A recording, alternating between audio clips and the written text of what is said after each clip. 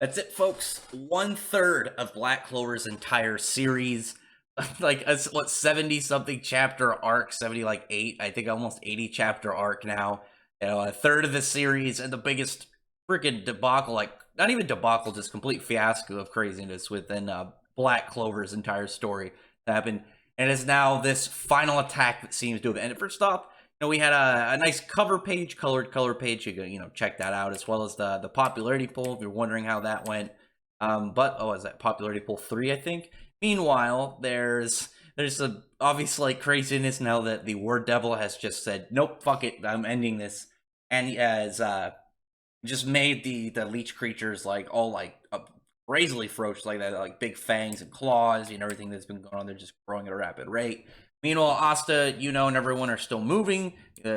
Asta's not able to get the buff from Lumiere and Licht, but he's still like able to kind of get it in a way that was really smart. That I like this. So he's obviously like, I'm brewing with energy. I'm faster, stronger with a short period of time. Meanwhile, Asta is like wearing the moments down, just wearing on that last instance. But because of good rivalry between them, that knew what to do. He's able just to kind of like use their rivalry piece between them, their very like brotherly kind of like relationship, to get him to move a little bit more. And he's like, I'm just gonna leave you if you can't keep up. And that just kind of like moment is gonna give you a little bit of inner strength to be able to keep going. So Asta's still able to hold the form for a short period.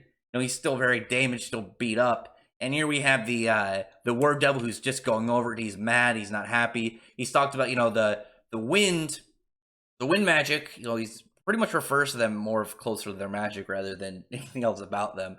But the wind magic's fast, but Asta is the one that can damage him. He's the one that can defeat him, but he's not able to because of the fact that he's like worn down. He's slow. He's getting like a speed boost from the wind generated by and it's not just that. I thought of for a moment, got in the chapter, but he's talking about it, and then mentioning how they're going right into the back areas, like slowly like slipping between him, just moving constantly, changing directions until they get to an extra point and they are able to get that. It's because they're big pulled towards each other. And what we remember is the fact that there's the fact that the anti-magic is drawn towards other like high sources of magic, and especially with Yuno's wind magic already. We've seen him boost up Asta's speed, but also light magic from Lumiere, and those two combined, while moving him around, getting Asta speeding up, and then immediately changing directions and getting the opposite side. So it's instead going to go closer to him. It's not going to follow the magic. It's going to go closer to the source. So you just imagine him keeping up, and then that quick turnaround is going to speed up the process and change the directions to make it so they could come in at both sides, which is very smart for them. Obviously good planning. Their teamwork dynamic is, I think, one of the best things about their relationship, because we know how they act with each other, but we never have to see them really train like combos, because they just have this like years and years of synergy between them. They get each other, and it's not like they really need to train all this stuff because they already know a lot about each other, so they're able to kind of like pick up small cues. And you could see this strategy obviously worked, and it got a little bit more intense because it's like, okay, they clashed, they got their blades in the Word Devil. Can they cleave through him? Can they finish him off? And he was able to pretty much get it in time. He was able to use his Word Soul magic to slow down their trajectory, pretty much stop them in their tracks, at least from the speed up, but they're still going through. But we know Asta was already at his limit. He was only able to get that last kind of bit in because of Yuno's like egging him on, giving him that rivalry nudge, but also just giving the speed boost in general, and the way that they're able to use up, the fact that the anti-magic follows after high levels of magic, with, following as they did their whole strategy, as I said. But the fact that now he's worn out, so, that moment really is out of the way. The Word Devil is like, gonna finish him off, take his moment in, gets back to Yami. Yami and Charlotte are prepared like their level, and this was really cool because we know that in Black Clover they're able to like strengthen their spells and their control over magic in like specific situations. And Yami, he's in this, and this isn't Yami like, I'm worried I need to do these things. It's Yami just pushing his sentence to an extreme because he's got, you know, Charlotte around him. She's used her vines to kind of create like this elongated weird sheath and like boost his magic. So, you know, he's going to be able to make a stronger spell. And from that, just she notices like how focused he is, like the fact that he's like trying to figure out how to get this distance. And then there's that moment with Yami where he's so focused, like he's not even holding in like the correct strength to like hold on to his cigarette. It's like he's, you know, that extra motion that he's putting into like concentration of his sword slash has completely rendered everything else pretty much. Like anything not necessary to the attack is going to get cut out, including up to like holding onto a cigarette, which is just an interesting small tidbit. Then you get a flashback of him and Julius. I talked about a little bit in one of my other videos. One of the, I think the more important things about Julius's death will be like how we see characters reflect on it in the future. Because though we didn't get a lot about Julius, we didn't get a ton of exposure to him, and his death was like very much a surprise. And because of that, it felt like, damn, that was, you know, a big character died. Somebody that, you know, some people like, but it's not like Yami, you know, one of a bigger character, but we know a lot about him. You know, we've got a lot of this character. And I think a lot of the ways that we're going to be able to get back at Yami is to see them through other like people that meant big to them.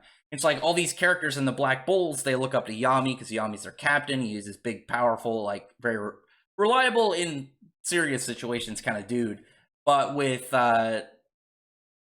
Julius, that's how the captains like all kind of looked at him, because, you know, he was their leader for so long, and not like their direct leader, but, you know, he was a captain they could admire maybe at the same time, or while they were lower ranked, and then move up to Wizard King, obviously a big deal. And then I see it's going to be really nice to see kind of those reflection moments, because it's like he's right when Yami became a captain, he's talking about like he's not too sure about this, but Julius is, you know, he trusts him. He knows he's gonna be able to do his thing.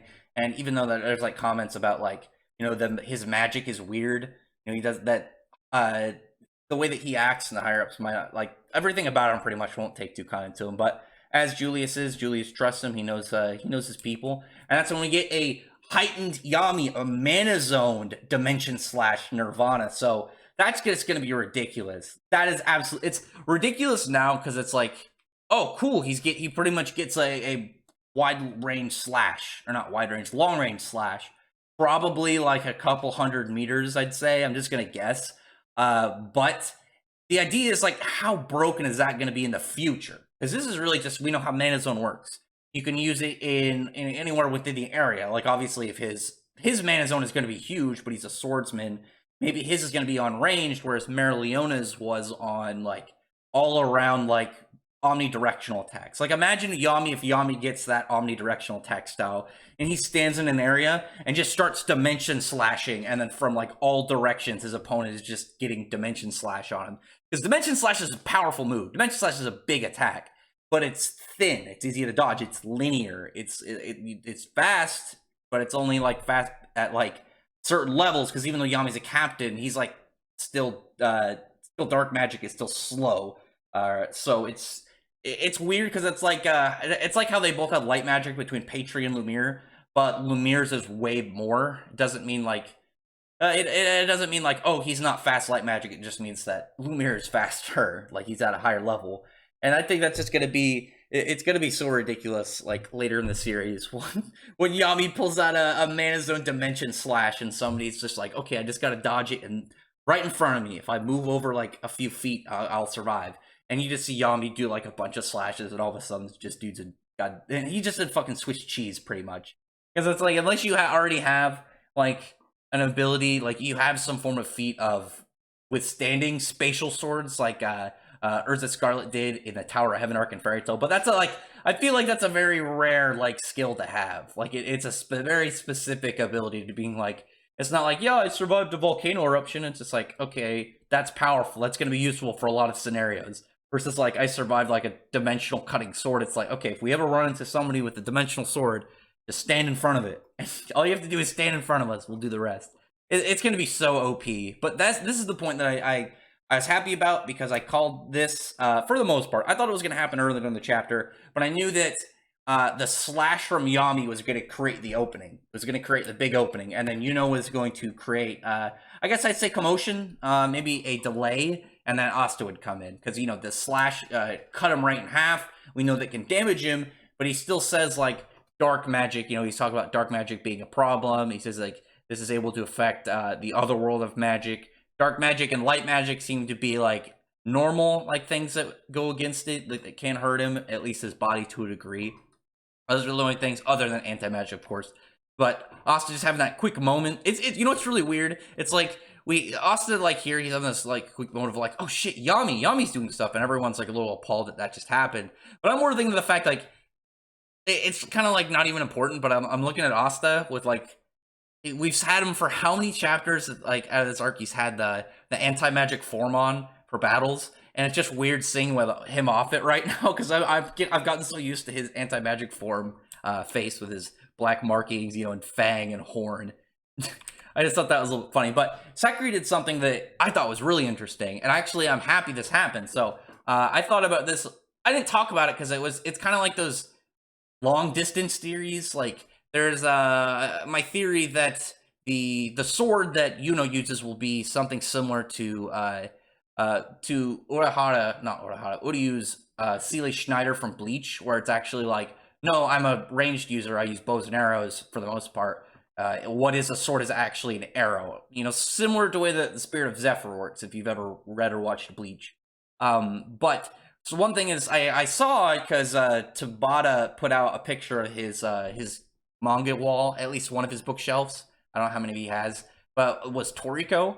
And in Toriko, there's this like ability called knocking, and there was this guy that can knock damage and knock it. It's like I guess I really kind of like say like pressure point ability, and it was like you could paralyze people by hitting them in certain ways, kind of like that. But it was like he pretty much did it in a way to himself to pretty much seal damage, and that's what we got with Secre, because we know that her power is sealing, and I'm a little bit worried about like how OP she is. Like she's only been here probably shortest, and she's done the least amount of spells. Maybe like her thing is like she has really good spells, but they all cost a lot. She can't use a lot of them because she does sealing healing magic and then binds the damage on Asta for a period of time. He's gonna be able to fight normally. So I'm worried if that's gonna be it's a timer and it's like in 5 minutes the damage is gonna come back, or if it's it's like gonna accumulate, because that was one of the things that if you've ever heard Toriko that fucked over the dude who could pretty much stop his own damage. I won't spoil it, but you know what I mean if you go read it, or how pretty much Borjiro. But anyway, as that is, Yami got the opening. You know, used this wind sword, got it in, and then spun it. So you know, it made this like kind of like you had him get cut in half, and then you know, piercing, tearing wind just starting to like tear him piece by piece, breaking him apart. And from that, we have Secre just giving Asta one moment, you know, like, weren't you going to go become the Wizard King or Magic Emperor, whichever you prefer? And Asta's just like, yes. And he's like, I'm going to overcome my limits for this last moment. And this was really cool because as he's doing it, like, he raises up his demon beheading sword, he grips onto it, and then he's like, I'm going to surpass my limits. And this is one of the things I did actually talk about a little bit about Asta's Black Divider. It's like, well, what makes it special? Because with Spirit of Zephyr, I'm just going to go with it being a sword. Obviously, I have a theory that it's not entirely a sword. It's also a fucking weird-ass bow and arrow set. But theory, not important here. Go check out the video if you want to know. But as it is, it's a sword that use wind properties. You could lunge and make big gusts of wind, slash, tearing winds, spin it to make little tornadoes, as we've seen. But what was special about Black Divider? Black Divider is just like he's layering energy to make around the sword to make it bigger. And could he make it bigger? I theorized that, and then I'm so happy to see that come out, because now Asta raises his sword, and it's probably like, oh my, I'm trying to like measure it, just look at it. It's probably like 12 feet long of just anti-magic blade, and just slices right through the Word Devil, cleaves right through him in a similar pose actually to when Yami used his Dimension Slash for the first time, which is pretty interesting. I like that. And that was similar in a similar moment to how when Yami was able to get it, the way that he just, he needed to surpass his limits. And this way also is like a really interesting way to go about it, because of the fact that it's not like I developed a new power in the end of the fight that let me do it in a way that made sense. Like if it's like something's set up, or, something just out of nowhere, or like, a situation that it'd be like, that was convenient that you got that just now. But this wasn't like, it wasn't like that only because of the fact that all that really happened is the sword got a little bit bigger. for the effect of, you know, he's getting a bigger sword. He could have easily just had a normal sword and still, I think, taken him out. He just had to be a little bit closer, and Yuno was right there. He literally could have just pushed him in. I think it was just Asta, you know, use that moment, you know, a little bit of stress. His fang is huge now, actually, looking at it in that last panel. But geez, dude, this was exciting because it's better. I'd say it's like more exciting when you get a theory right, just because it's like, sweet, how is this going to go now? Versus just like, I was right, haha. There's always a I was right, haha, but still at the same time, I'm so interested to see like now how big Asta's sword is going to get within the series. Like, it's going to be such a fun concept of it's not to the like layer of like I think a really good like way that I describe it earlier is like there's like a character who has like, oh, my power is I just got this brand new ability, like a buffed one is different than like one out of nowhere. Versus like there's the main character, what, UQ holder, he has a sword, he can turn on the knob and it'll increase the gravity around it and make it heavier. It's like you can just do that forever conveniently whenever a power up. This is literally just, it'll be fun to see it keep going. Like, as long as it has some form of limit, like it's like, oh, I can only go up to the horizon because, you know, shapes. No, it's a sword and this is a ball. I can't bend it around the whole planet. You know, something like that. Something ridiculous, but still fun. Awesome chapter, though. I really love that last moment of Asta just being like, I literally have one left moment in me. He's just putting it all in here and bringing it down and cleaving the word devil into right through the heart, and he's done. Now, please, Tabata, please, before he dies or leaves or whatever you do with this guy, just give us a name. I just want a name, either from him or the anti-magic devil, something, please. I just want that so bad because I want to like look and theorize of like, okay, what is Tabata's plan for the future? Because maybe we get a name for what kind of demons are, we can find out maybe like, oh, if it's from this branch of lore in this you know, in this culture. Oh, maybe we can try and figure out other demons in that culture and like figure out a plan of maybe what Tabata's doing. Who knows? We'll see. Very exciting. Stoked for the layout of this arc, because now this really is just going to be, all right, we need to get out of the Shadow Palace and, you know, end of arc. And, you know, that'll be a wrap up. It could be, who knows what's going to happen next. It could be a time skip. It could be like a new captain like arc where it's like, oh, we need 3 or 4 more captains, or something with the elves that like, we're going to leave and go find a new land. You guys can have this one, or, you know, some shit. Who knows? It's going to be fun. It's going to be a lot of fun. Looking forward to it. Tell me in the comment section below what you thought about this chapter. Thought it was great. And I really appreciate the thumbs up the video, but from the like button and the subscribe button, and check out my other videos. From that, I appreciate everyone who's already subscribed, and I thank you all for listening. Bye.